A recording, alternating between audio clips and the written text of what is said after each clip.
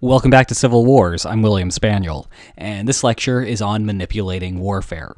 What have we done for the last 20 or so lectures, and what was the point of it? Well, we found out why wars break out. Hopefully by now we have a good idea about why conflicts start, and there are basically two reasons, or two groups, or two categories of conflicts. You have conflicts that start over incomplete information, and you have conflicts that start over commitment problems. With incomplete information, recall that this is the risk-return trade-off, where I don't know whether you're weak or strong, and if I suspect that you're more likely to be weak, then I might be very aggressive in my demands and not offer you very much. But if you're strong, you're going to reject those very small offers that I'm giving you because you can do better by fighting me instead.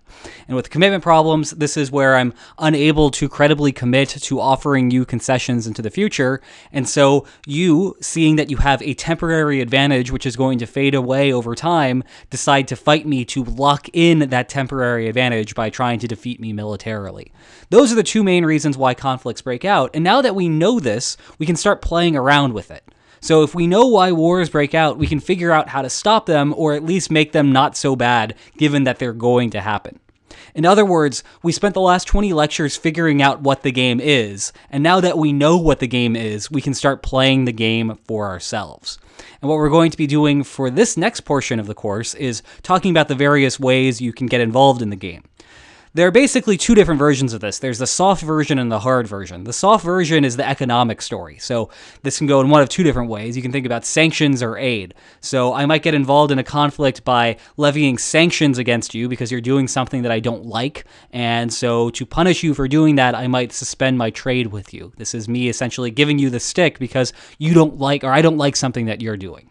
The flip side of that is aid. So instead of a stick, this is a carrot where I say, you know what, if you do good things, if you do the things that I want you to do, I'm going to reward you by giving you money. So this is the nice version, whereas the sanctions are the mean version. It's the carrot versus the stick.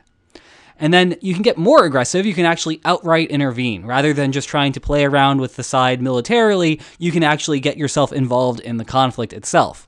There are different forms of this. You might be involved in an unbiased intervention, where your goal is to promote stability in the region and you don't really care about who's winning or who's losing. You just want to stop the fight.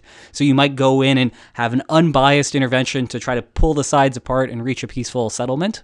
Or you might have a biased intervention where you actually want one side to win actively, and so you intervene to make sure that that side is going to win the conflict.